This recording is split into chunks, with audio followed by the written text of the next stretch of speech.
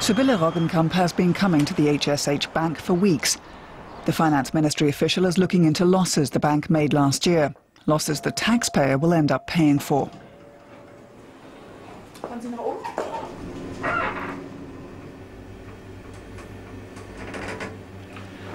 What she finds in the files may be worrying. HSH Nordbank lost 2.8 billion euros last year, and this year may be just as bad. The bank can no longer get credit as cheaply as it once did. The rating agencies now assess the bank's creditworthiness as mediocre. What's the rating now? Single A outlook negative. And that means? As I said, A with a negative outlook. Mit negativem Ausblick. Things seemed very different in 2007. Back then, the bank could buy Hamburg's Volkspark Stadium and put its name on it. The trade in foreign securities was still booming. Today, talk is of toxic assets.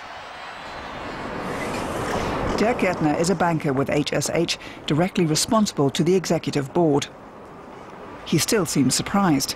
The bankers wanted to be global players, but somehow things went horribly wrong for GARTNER and his colleagues. A loss of 2.8 billion euros is really extremely painful, and it's something none of us expected to happen.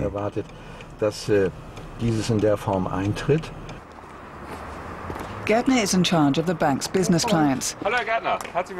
Now he has to bring his people back from abroad, where business has collapsed. So the bank is rediscovering Germany. The new endo clinic in Hamburg is an example of the new direction business is taking. Nordbank has put 40 million euros into the development. A couple of years ago, that was just loose change. Now it's a showcase project.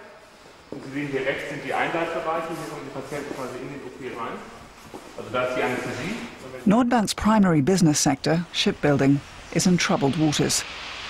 This small shipyard near Hamburg is feeling the consequences, with HSH Nordbank pulling the plug on loans.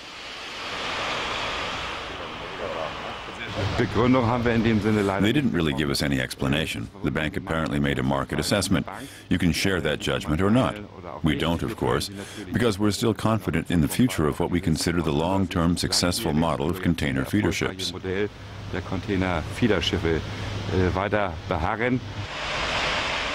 The company is not the only one affected, but it has managed to find new investors. That's why Martens is prepared to talk about the situation. Many others prefer to remain silent.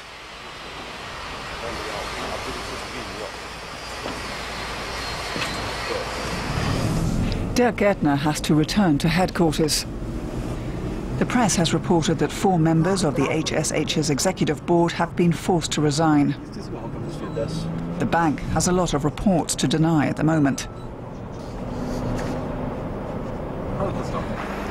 Sybille Roggenkamp's head is full of figures. Her work is over for today, but she'll be returning here for weeks. One thing is already fairly certain. The HSH Nordbank will soon be cutting 1,100 jobs.